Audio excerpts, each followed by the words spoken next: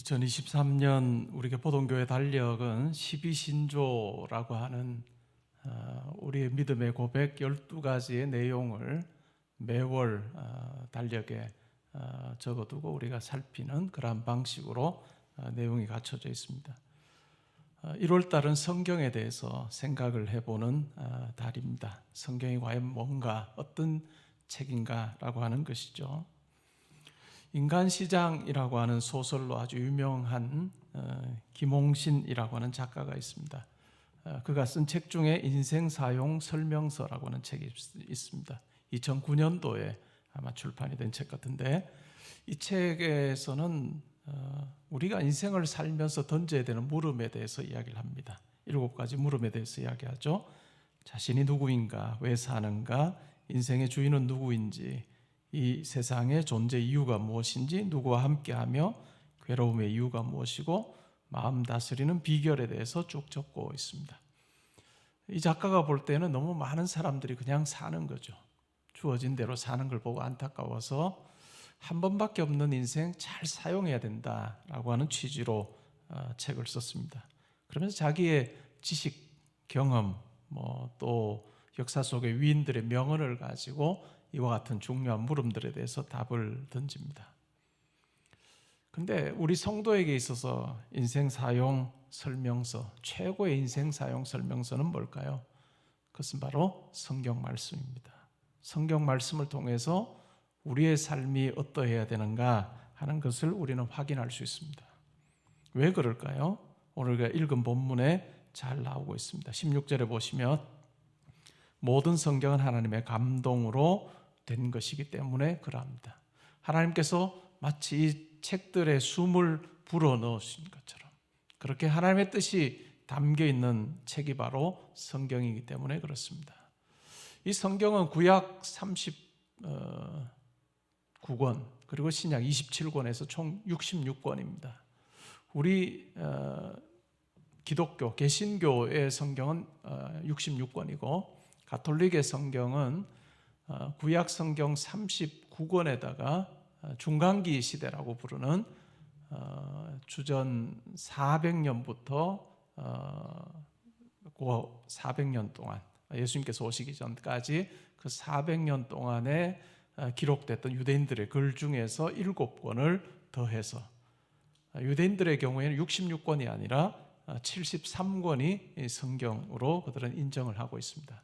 그러니까 66권에다가 제2의 경전 7권을 더해서 구약 성경이 그러니까 39권이 아니라 46권이고 또 신약 성경이 27권으로 그렇게 되어 있어서 총 73권으로 된 성경을 그들은 성경으로 받아들입니다. 그러나 우리 입장에서는, 우리 개신교 입장에서는 그렇지 않고 구약 성경 39권에 신약 성경 27권 그렇게 해서 66권이다라고 우리는 그렇게 생각을 합니다.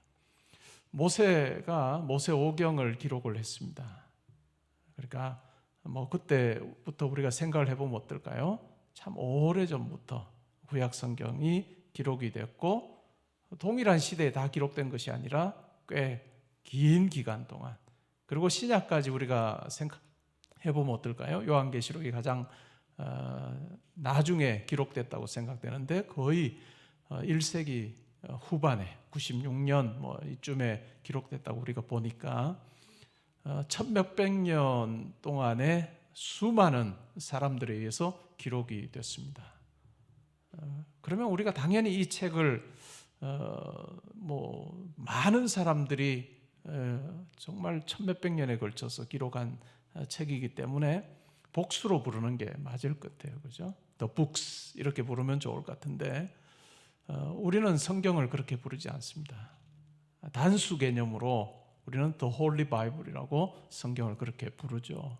왜 그럴까요? 그것은 바로 하나님께서 성령을 통해서 여러 시대의 사람들에게 감동하셔서 그들로 하여금 하나님의 뜻을 적게 하셨던 원저자가 바로 하나님이시기 때문에 우리는 이 성경을 사람들의 책이라고 우리가 생각하지 않고 하나님의 영감된 말씀이라고 우리는 분명히 믿으면서 우리는 신앙생활하고 있습니다.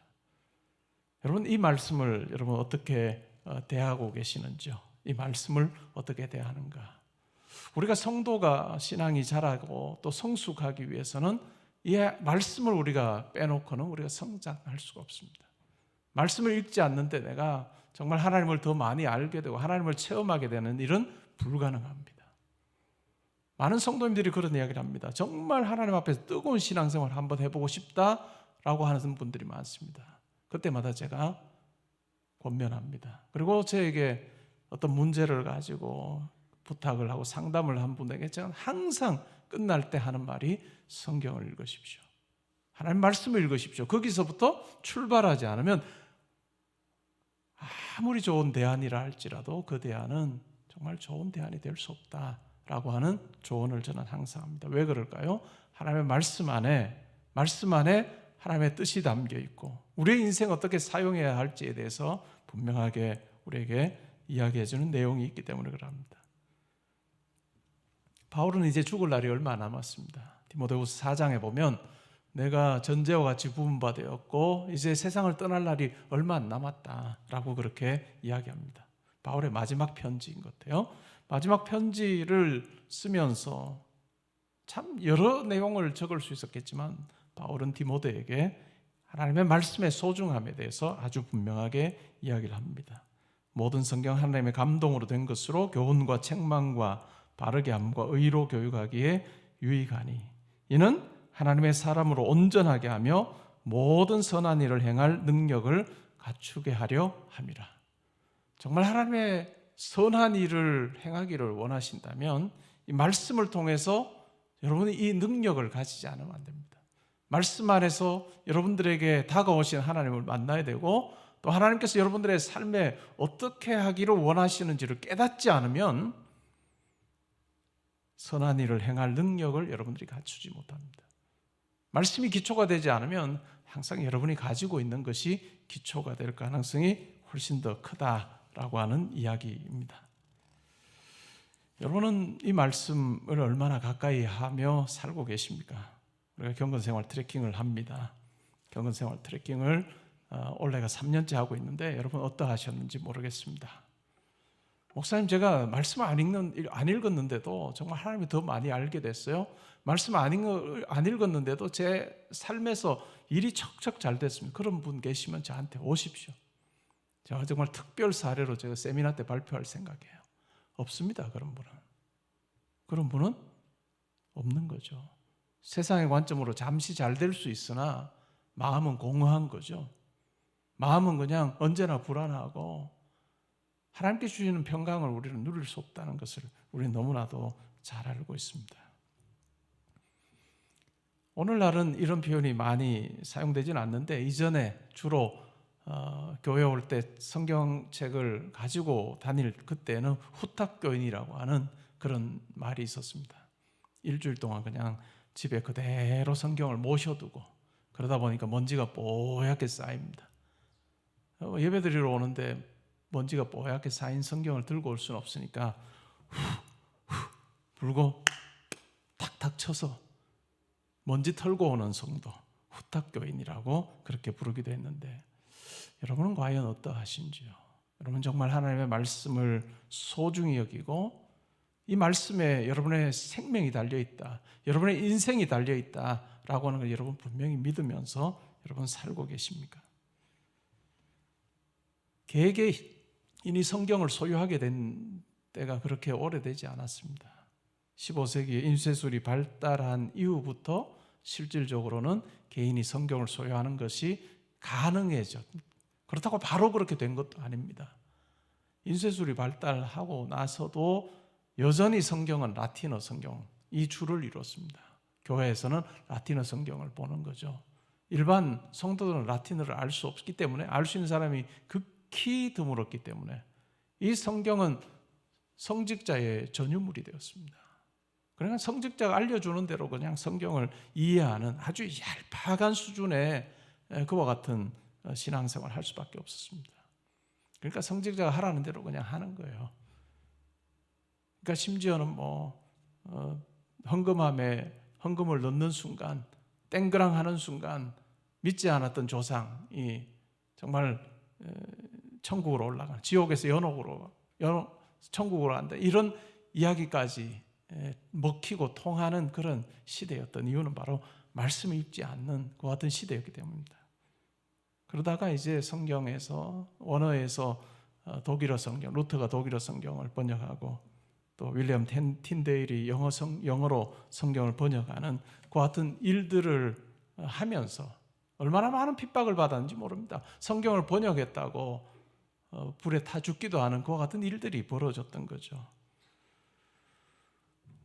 영국의 선교사였던 로버트 토마스라고 하는 선교사, 웨일즈의 교회에 출석을 했던 그 선교사는 한문 성경을 들고 조선에 입국하다가 1866년에 28세의 나이로 대동강 백사장에서 순교를 당했습니다.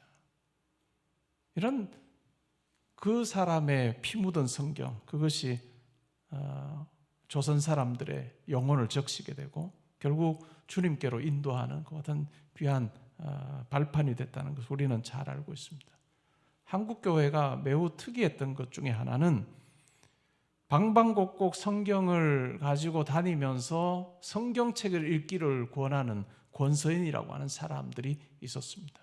하나님의 말씀을 들고 가서 한국말로 번역된 이 말씀을 들고 가서 때로는 쪽복음이기도 했는데 그 쪽복음을 들고 가서 이 말씀을 읽으시오, 말씀 읽으면 당신 삶이 변화된다라고 권했던 권서인들이 있었던, 그것이 한국교회가 정말 영적으로 부흥할 수 있는 아주 큰 발판이 됐다라고 하는 것을 우리는 잘 알고 있습니다. 왜 그랬을까요? 왜 성경을 전하기 위해서 목숨을 걸어야 했고 또 방방곡곡 다니면서 이 성경책을 한번 읽어보시오라고 하는 이야기를 했던 이유가 무엇일까요? 그것은 바로 모든 성경은 하나님의 감동으로 돼서 교훈과 책망과 바르게 함과 의로 교육하기에 유익하다는 것을 알았기 때문에 그럽니다. 그리고 그 성경이야말로 하나님의 사람으로 온전하게 하고 모든 선한 일을 행할 능력을 갖추게 하는 힘이 있다는 것을 알기에 우리는 성경을 소중히 여기며 살고 있는 것입니다. 시편 기자는 그렇게 고백합니다. 119편 105절에서 주의 말씀은 내 발의 등이요 내 길의 빛입니다 라고 그렇게 고백하고 있습니다. 우리가 말씀을 읽을 때 비로소 하나님을 더 많이 알게 돼요. 그리고 하나님의 역사하심에 대한 기대도 우리는 더 크게 가지게 됩니다. 한국에 몇 번 다녀갔던 호주 청년, 이제 만 40세가 된 것 같아요. 닉 부이치치라고 하는 사람이 있습니다. 2013년인가 힐링 캠프에 출연을 하기도 했었죠. 이경규 씨가 사회를 보면서 대화했던 그런 장면도 저에게는 떠오릅니다. 그에게는 팔다리가 없습니다. 그에게 유일하게 있는 게 몸통에 붙은 왼쪽 발, 유전적인 어떤 어려움으로 인해서 태어날 때 그렇게 태어난 거죠. 8살 때 내가 죽어야 되겠다, 내가 이렇게 살아서 뭐 하겠느냐, 몸통밖에 없는데 유일하게 짤막한 왼쪽 발밖에 없는, 몸통에 붙은 발밖에 없는 그가 내가 뭘 하며 살 수 있겠는가라고 비관을 하고 자살하기 할 마음까지 먹었는데 자살할 방법조차도 없는 그런 참 불행할 수밖에 없는 것 같은 삶이 그에게 있었습니다. 여러 번 시도를 했지만 그러한 그에게 하나님의 말씀이 주어졌습니다. 예레미야 29장 11절부터 14절의 말씀이 이 닉 부이치치의 마음속에 역사하기 시작했습니다. 이런 말씀입니다. 여호와의 말씀이니라. 너희를 향한 나의 생각을 내가 아나니 평안이요 재앙이 아니니라. 너희에게 미래와 희망을 주는 것이니라. 너희가 내게 부르짖으며 내게 와서 기도하면 내가 너희의 기도를 들을 것이요 너희가 온 마음으로 나를 구하면 나를 찾을 것이요 나를 만나리라. 이것은 여호와의 말씀이니라. 내 생각, 내 마음, 그것은 너에게 재앙 주는 것이 아니라 평안 주는 것이다. 나에게 기도해봐라. 그러면 내가 듣고 내가 내 삶에 개입하겠다라고 하셨던 이 말씀을 자기의 인생 구절로 붙들고 하나님 의지하며 나아갈 때 그의 삶이 완전히 변화된 것을 우리는 잘 알고 있습니다. 말씀 읽는 우리에게 모든 말씀이 다 소중합니다. 우리의 매일의 삶에서도 하나님께서 일용할 양식으로 말씀을 주십니다. 경건생활 트래킹을 여러분 하시면서 일용할 양식, 영의 양식을 공급받는 건 매우 중요하고 여러분의 삶에 개입하신 하나님을 소망 가운데 기대하며 나아가는 것, 그것은 매우 중요합니다. 그러다가 인생 구절을 만나기도 합니다. 제 인생을 바꾼 성경 구절은 에베소 3장 20절입니다. 우리 가운데 역사하시는 능력대로 우리가 구하거나 생각하는 모든 것에 더 넘치도록 하실 하나님. 이것이 저의 고백입니다. 제 삶을 붙들어준 말씀이고, 이 말씀은 여전히 제 삶 가운데도 역사하여서 저의 경우의 수가 아니라 하나님의 경우의 수를 가지고 내가 사는 존재다라고 하는 것을 고백하며 그렇게 살게 해주는 은혜가 있는 말씀입니다.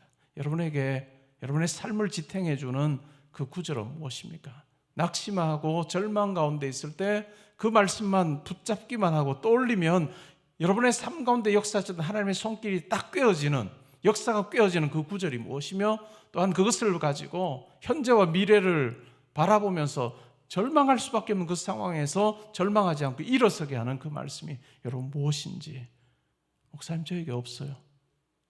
없으면 문제입니다. 말씀을 읽지 않았다는 증거고요, 말씀으로 여러분의 삶을 해석해내지 않았다는 증거일 수도 있습니다.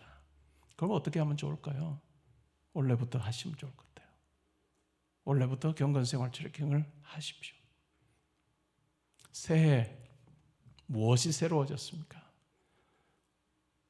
오늘이 7일째죠. 7일째. 여러분, 지난 6일 동안 무엇이 달라졌습니까? 작년과 달라진 것이 무엇인가요? 작년과 달라진 것이 아무것도 없으면 올해도 별로 다르지 않을 겁니다. 올해도 작년과 별반 다르지 않을 거고, 여러분이 살았던 그 날들과 별로 다르지 않을 거예요. 직장 생활 하시는 분은 출근 시간이 5분이라도 빨라져야 됩니다. 출근 시간이 5분이라도 빨라지고 퇴근 시간이 5분이라도 늦어야 그 안에 뭔가 역사가 일어날 수 있는 여지가 생기는 거예요. 예배드리러 오시는 분들은 예배드리고 5분 전에 오셨던 분은 5분을 당겨서 오셔야 돼요. 5분을 당겨서 오는 그 결단이 있을 때 비로소 뭔가 새로운 게 담길 여지가 생기는 거죠. 작년과 똑같아요. 그리고 뭔 변화가 여러분들 가운데 있기를 소원합니까? 기도하는 시간이 하루에 5분이었다. 1분이라도 늘어나야 됩니다.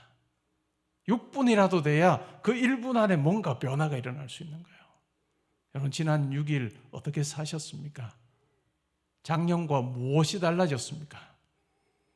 아무것도 달라진 것이 없이 똑같이 살았습니다. 그 속에는 소망이 생길 수도 없는 거죠. 기대가 생길 수도 없는 거죠. 여지 자체가 없는데, 룸 자체가 안 만들어졌는데 될 수 없는 거죠. 여러분, 한번 점검해 보십시오. 그리고 올해가 많이 지나지 않았기 때문에 일하시는 분들은 5분 더 일찍 출근 한번 해보십시오. 소망을 가지고. 공부하는 학생들은 자기 공부했던 시간에서 10분이라도 더 한번 늘려보는 것, 10분 정도 더 공부해보는, 그것이 쌓일 때 비로소 그 속에 새로운 것이 담길 수 있는 여지. 그렇지 않으면 어떨까요? 작년과 똑같이 회사를 여러분 운영한다고 해볼까요? 작년에 실적이 있을 거예요. 물론 뭐 외적인 여러 가지 요인들이 다 작용을 하겠죠. 근데 회사 운영하면서 외적인 요인만 이야기하면 그 회사가 될까요? 안 될 거예요. 외적인 요인 어려운 거, 그건 우리가 할 수 없는 거예요. 근데 할 수 있는 건 뭘까요? 내가 안에서 정리해 보는 거예요. 할 수 있는 부분이 뭔지를 찾아보고 그 부분에서 조금이라도 새로워지는 그 일이 일어나지 않으면 그냥 외적인 것에, 우리가 배라고 치면 어떨까요? 그냥 풍랑에 휩쓸려 가는 대로 가다가 우연히 그냥 항구로 닿으면 가는 거고, 아니면 먼 바다로 떠밀려 나가면 더 힘들어요. 이거는 우리의 삶이 정말 너무나도 어떤 면에서는 무책임할 수밖에 없는 거죠. 여러분, 원래 이제 딱 6일 지났으니까 7일째니까 조정할 수 있는 게 많아요. 말씀을 여러분 경건생활 트래킹 목사님 제가 좀 쉬었네요. 쉬어도 6일 쉬었으면 이제 금방 따라잡을 수 있어요. 제가 드리는 말을 믿고 한번 말씀 읽어보십시오. 말씀 읽을 때 이 하나님의 감동으로 된 이 말씀을 성령을 의지해서 내가 하나님의 뜻이 무엇인지를 제가 알기를 원하고 제 인생 어떻게 사용해야 될지를 제가 알기를 원합니다. 하나님 저에게 지혜 주시고 정말 구체적으로 제 삶 가운데 개입해 주십시오라고 하는 소망 가지고 말씀을 읽기 시작할 때요, 여러분의 삶이 변하는 경험을 하게 될 것입니다. 그리고 여러분이 올 한 해 말씀을 읽어가는 중에 여러분의 인생을 정말 든든하게 붙잡아 줄 수 있는 그 인생 구절을 만나는 여러분이 되면 좋겠습니다. 그리고 그것을 여러분 자녀들에게 남겨주는 거예요. 얘들아, 내가 신앙생활 하면서 나는 이 말씀 붙들고 살았다. 이 말씀 붙들고 살았는데 너희들도 이 말씀 붙들고 살면 좋겠다라고 하는 영적인 유산을 말씀으로 넘겨주는 그러한 일이 있을 때 여러분의 가정이 믿음의 가문으로 이어질 겁니다. 신앙생활 내가 오래 하긴 했는데 뾰족히 너희들에게 물려줄 건 없구나. 그러나 나에게 아파트가 하나 있노니 너희들에게 주노라. 아파트를 물려주면 좋긴 하겠죠. 그러나 그것보다 더 귀한 것은 뭘까요? 하나님의 말씀을 심어주는 겁니다. 하나님의 말씀을 심어줄 때 비로소 여러분의 자녀가 모든 선한 일을 행할 능력을 갖추게 된다는 것을 여러분 분명히 확신하면서 여러분의 자녀가 말씀을 잘 읽고 있는지, 말씀을 잘 읽고 있는지, 또 잘 읽게 하려면 어떻게 할 건지 정말로 다각도로 고민하면서 정말 말씀을 가까이 하는 그런 자녀로 여러분들이 잘 인도하는 그런 부모로서의 역할을 감당하면 좋겠습니다. 말씀을 맺고자 합니다. 뭐가 새로워졌냐? 반복하지만 뭐가 새로워졌냐? 새로워진 게 하나도 없으면 원래도 별반 다를 거 없다. 그러나 뭐라도 새로워지면 1분이라도 5분이라도 새로워지면 그 가운데 뭔가 역사가 일어날 수 있는 환경이 만들어진다. 예배 자리든 출근이든 공부든 여러분의 삶을 한번 그냥 새롭게 한번 시도해보고 조정해보면서 정말 여러분들에게 말씀하시는 하나님을 만나기를 바라고 역사하시는 하나님을 만남으로 내가 내 인생 꾸려가는 건 아니고 하나님께서 내 삶 가운데 함께 하십니다라고 하는 그 고백 가지고 나아가는 여러분 되면 좋겠습니다. 예배 자리에 올 때도 그냥 아무 기대 없이 그냥 내가 뭔 일 해야 되기 때문에 온다 이게 아니고 기대와 소망을 가지고 예배 자리에 나올 때 그때 하나님께서 역사하실 여지가 그 가운데 만들어지는 거예요. 여러분 오늘 이 자리에 어떻게 오셨습니까? 소망과 설렘 가지고 오셨습니까? 내가 하나님 앞에 기도하고 주의 말씀 듣고 성찬에 참여할 때 하나님께서 내 삶 가운데 함께 하실 거다라고 하는 그 분명한 기대와 소망 가지고 오신 분들에게는 하나님께서 그 소망을 넉넉히 채워주시는 은혜가 있을 것입니다. 그러나 그냥 몸만 와 있다면 아주 폭우가 쏟아지는데 그냥 엎어놓는 거예요. 그릇 그냥 엎어놓는 것과 똑같습니다. 그럼 어떻게 될까요? 요란하게 납니다. 그릇에 부딪혀서 다다다닥 끓이지만 그릇에 하나도 안 담기는 거예요. 원래 우리 예배는 여러분이 소망하는 것이 있는 예배가 되면 좋겠습니다. 간절히 열망함으로 내가 정말 하나님을 소망합니다. 하나님을 만나기를 원합니다. 라고 하는 그 준비된 마음으로 예배 자리에 오므로 여러분의 영혼에 흡족하게 단비를 부어주시는 하나님을 만남으로 환경과 여건과 처지를 뛰어넘어 정말 하나님, 온 우주 만물을 창조하신 전능하신 하나님이 내 아버지야 라고 하는 확신 가운데 담대하게 삶을 살아가는 여러분 될 수 있기를 주님의 이름으로 축복합니다.